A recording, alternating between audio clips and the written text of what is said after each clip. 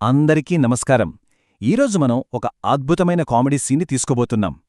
పైకి చూస్తే అదో పిచ్చి కామెడీలా అనిపిస్తుంది, కానీ దాని వెనుక ఒక మాస్టర్ ప్లాన్ ఉంది. ఆ ప్లాన్ ఏంటి, ఆ కామెడీ వెనుకున్న తెలివేంటో విడమరిచి చూద్దాం. ఇక్కడ్నుంచే అసలు కథ మొదలవుతుంది.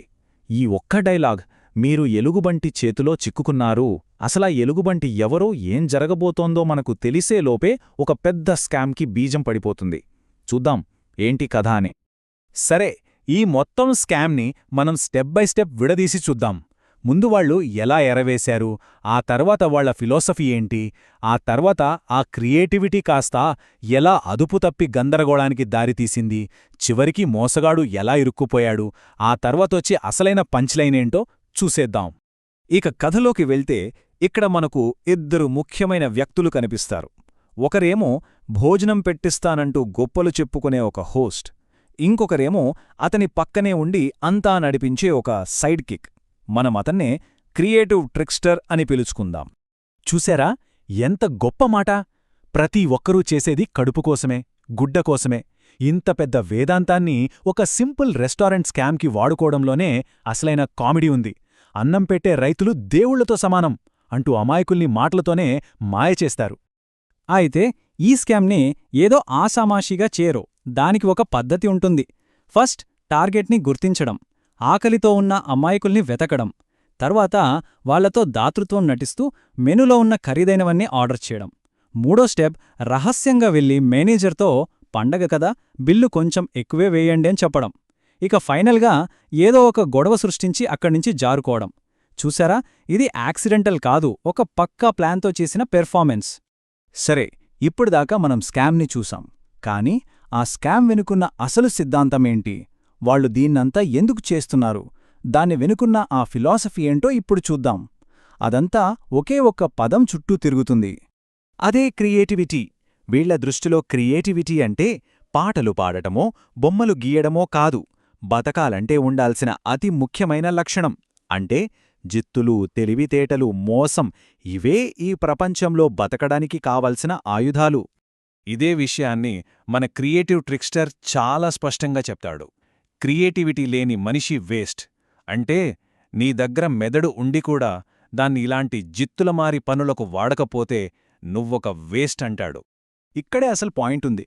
ఒకవైపు మోసగాళ్ల ప్రపంచం, మరోవైపు బాధితుల వాస్తవికత. ఒకరేమో జిత్తులతో బతకాలనుకుంటే, ఇంకొకరేమో కష్టపడి సంపాదించుకోవాలనుకుంటారు. ఒకరి దృష్టిలో ప్రపంచం ఒక నాటకరంగం, మరొకరి దృష్టిలో అది కష్టపడి పనిచేసుకునే చోటు. ఈ రెండు భిన్నమైన ఆలోచనల మధ్య జరిగే సంఘర్షణే మనకు నవ్వు తెప్పిస్తుంది. అయితే ఈ క్రియేటివిటీ అనే సిద్ధాంతం ఎప్పుడు వర్కౌట్ అవుతుందా? లేదు.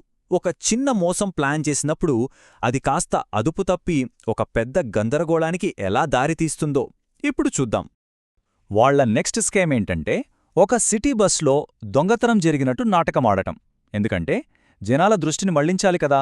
అందుకే రద్దీగా ఉన్న బస్సులో ఒక అమాయకుడిని పట్టుకుని, నా 7,000 రూపాయలు నువ్వే దొంగిలించావంటూ పెద్ద సీన్ క్రియేట్ చేస్తాడు. కానీ వాళ్లు అనుకున్నది ఒకటి, అయ్యింది ఇంకొకటి. బస్సులో చిన్నగా మొదలుపెట్టిన ఈ డ్రామా కాస్త పెద్దదైపోతుంది. చూస్తుండగానే మన ట్రిక్స్టర్ ఫోటోతో సిటీ అంతా వాంటెడ్ పోస్టర్లు వెలుస్తాయి. ఇక పోలీసులు కూడా వాళ్ల వెంటపడతారు. చూశారా, ఒక చిన్న క్రియేటివ్ ఐడియా ఎంత పెద్ద తలనొప్పి తెచ్చిపెట్టిందో. ఇక పారిపోవటానికి దారిలేక ఒకచోట దాక్కుంటారు. కాని పోలీసులు వాసన పసిగట్టేస్తారు. బయట పోలీసులు, లోపల వీళ్లు. పరిస్థితి చాలా సీరియస్గా మారిపోతుంది. అప్పుడే మన ట్రిక్స్టర్ ఇలా అంటాడు, చేసే పనిలో ఏదైనా క్రియేటివిటీ చూపించురా అంటే నన్ను నాశనం చేసే విషయంలో క్రియేటివిటీ చూపిస్తున్నాడే అని. ఎందుకంటే తన పార్ట్నర్ కూడా తన క్రియేటివిటీని వాడి పోలీసుల్ని తప్పుదారి పట్టిస్తాడు. కాని అది వీళ్లకి సహాయపడటానికి బదులు పరిస్థితిని ఇంకా దారుణంగా మారుస్తుంది.